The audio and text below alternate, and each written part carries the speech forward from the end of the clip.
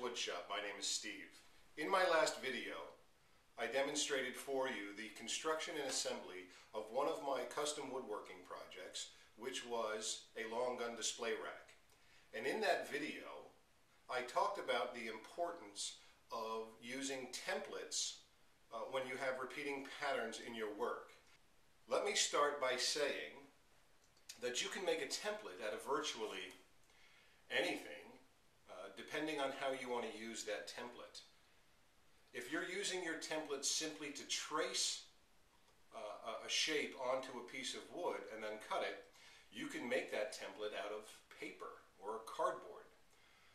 If you're using that template to flush cut your work, you'd want to use something a little bit more substantial, like a 1/4 inch luan. Now what I have here on my table is I have those items. I have a sheet of cardboard, I have some scrap 1/4 inch luan that can be used, but I also have something a little bit more substantial. For one of my children's chairs, I've made a template out of 3/4 inch pine stock, and this is a leg for one of my chairs. I'll show you that in a minute. And I also have a 3/4 inch stock out of cedar that I use to make templates for another creation that I have, another project, which is a garden mill. And this is what I call an anti-teeter. But this is a 3/4 inch stock, and I use that as my template. Another material that you could use is a hardwood that has a melamine surface on one side and is dark on the other. It's like a hard press board, and you can cut your templates out of that. I'll show you some of the templates that I have and the shapes that they create for the projects that I work on, and then we'll go ahead and make a template. Okay, hopefully you can see at least a portion of this. This is my garden mill. The planters, the hanging plants hang from here.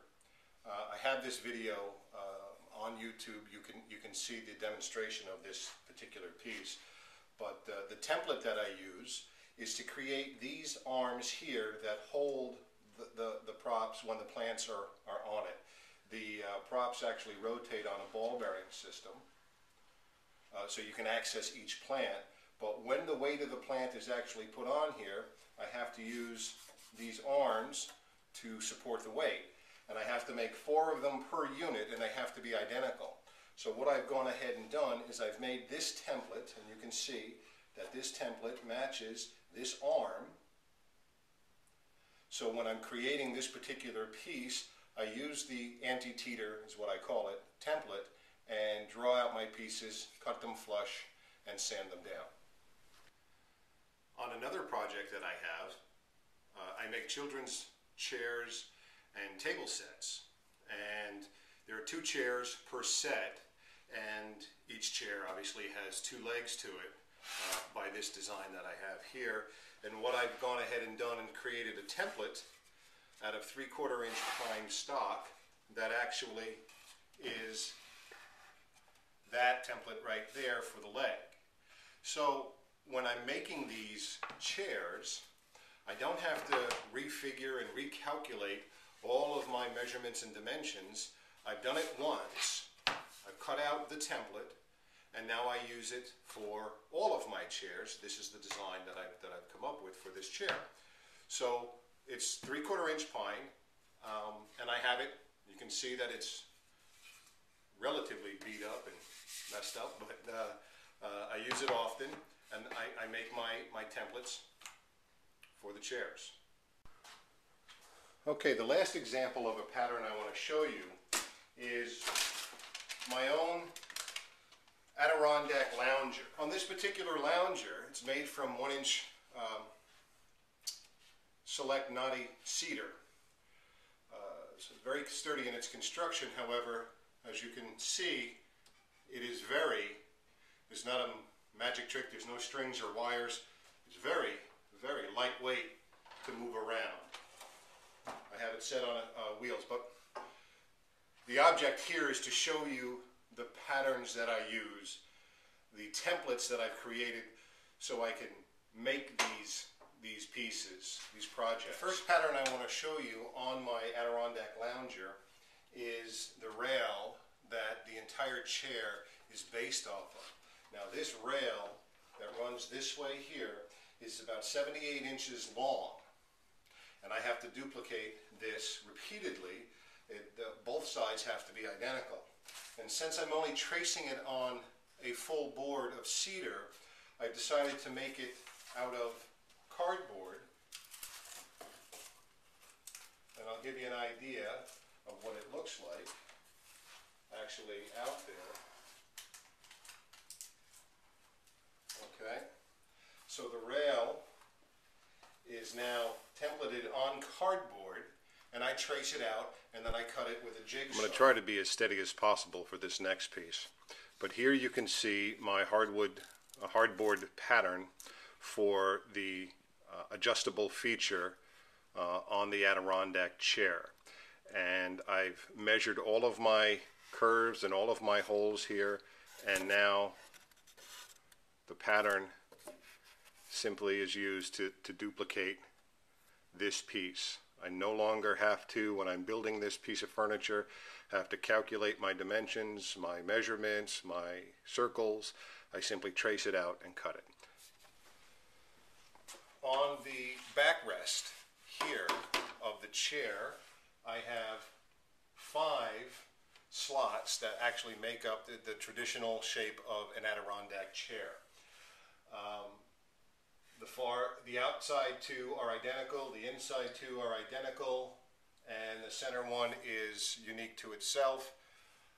But each one is made from one pattern, and I'll show you that. Again, the hardboard that I have, the pattern is cut and shaped, and then it merely is traced out onto the wood and then cut. And then you can also, to make the other piece, I take the pattern and I turn it around and I do the other piece, the inside piece here. And I have one for the outside, the inside, and the middle piece here. Okay, so I'm going to assume that you get the concept of what a template can do for you in your woodworking projects. And we're going to go ahead now and create a template. So what I'm going to demonstrate now is making one of these horizontal pieces for one of my gun racks out of the 1/4 inch Luan. And I want to show you a technique because the horizontal has to be symmetrical. I want to show you a little technique on how to make sure that it is exactly symmetrical every time when you make your template.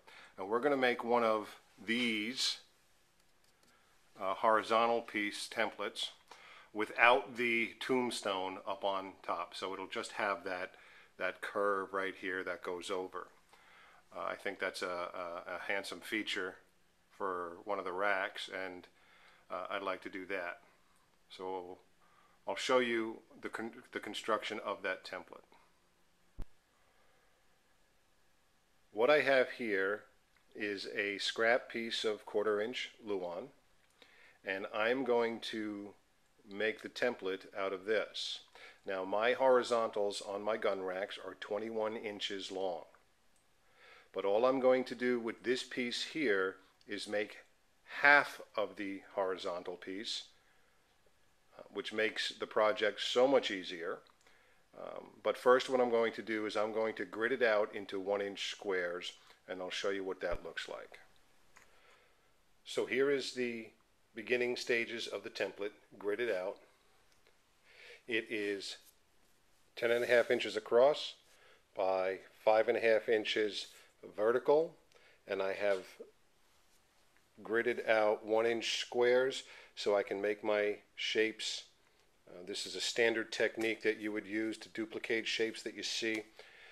You actually work within the box to mimic the shape that you're looking at or to create the design that you want, and I'll show you what that looks like in a minute.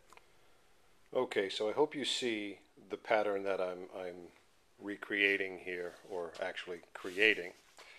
On my graft piece of Luan, I've done this 1-inch stand here with a slight curve that goes down, and then it goes into a reverse arch up to the very end.